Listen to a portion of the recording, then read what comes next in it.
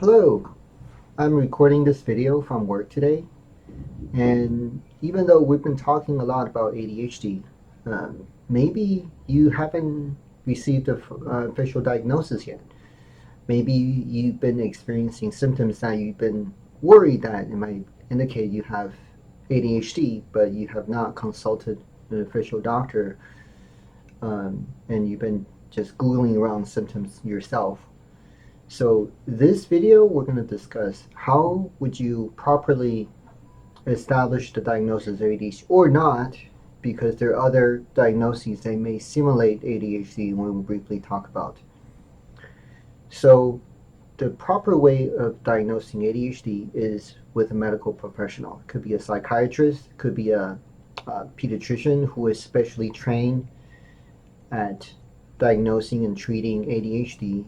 It could be a family medicine doctor who has similar trainings, or it could be a clinical social worker who is trained and experienced in working with people with ADHD. However, typically they do need a referral.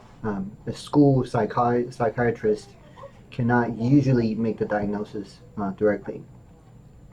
The diagnosis could be made from the regional center or from other mental health professionals. So how do you establish a diagnosis? It really requires a detailed history, which usually lasts at least an hour. So the provider can get into great depth interviewing the parents, or someone else who knows the child really well. There are additional adjunct that can support the diagnosis. And these are typically surveys that ask the questions whether the child is easily distracted, often forgetful, does it take a long time to do work, is it hard to stay put without fidgeting, is it hard to start to control the impulses, blurting out answers, waiting in line. It also screens at the same time other conditions such as oppositional defiant disorder, conduct disorder, anxiety, depression. But the main goal for these questionnaires is to establish the diagnosis of ADHD.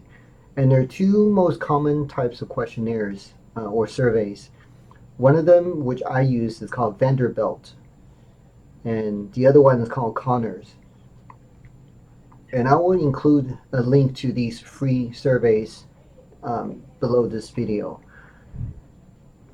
But simply using these surveys alone is insufficient to establish the diagnosis. It definitely takes an experienced clinician to review these questionnaires, but really look at a whole picture from after a detailed history from the parents. It is also very important to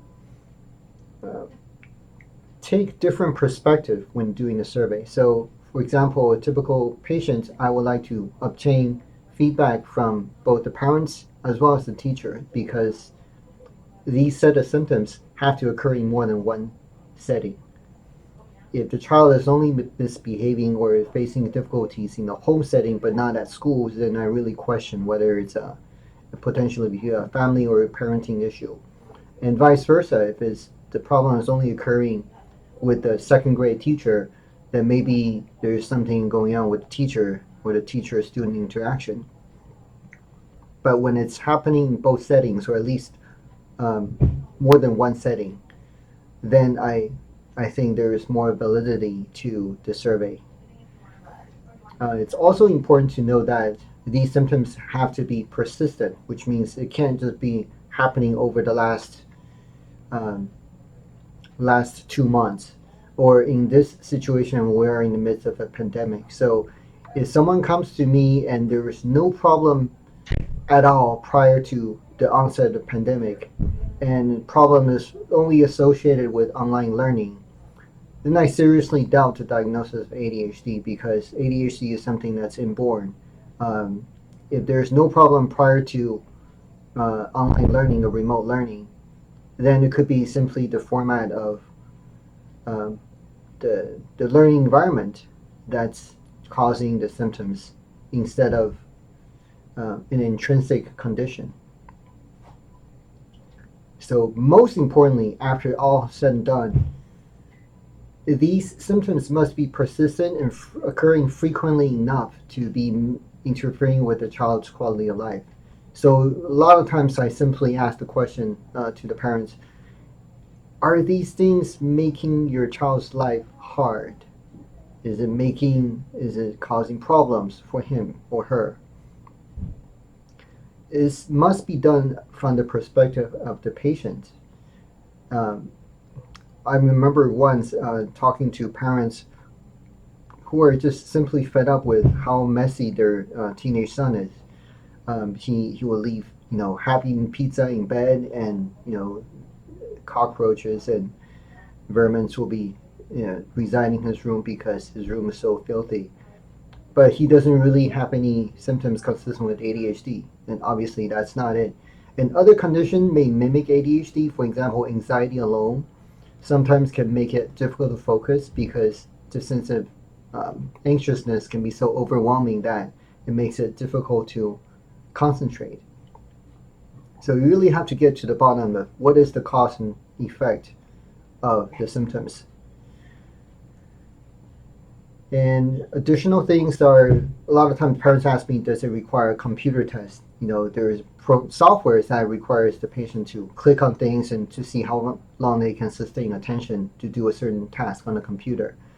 Or there are brain scans, PET scans, functional MRIs, EEG, detecting brainwaves. I'll tell you that none of these are truly valid in establishing a diagnosis of ADHD. The most important thing is a conversation and discussion between the provider and the parents or someone who knows the child really well.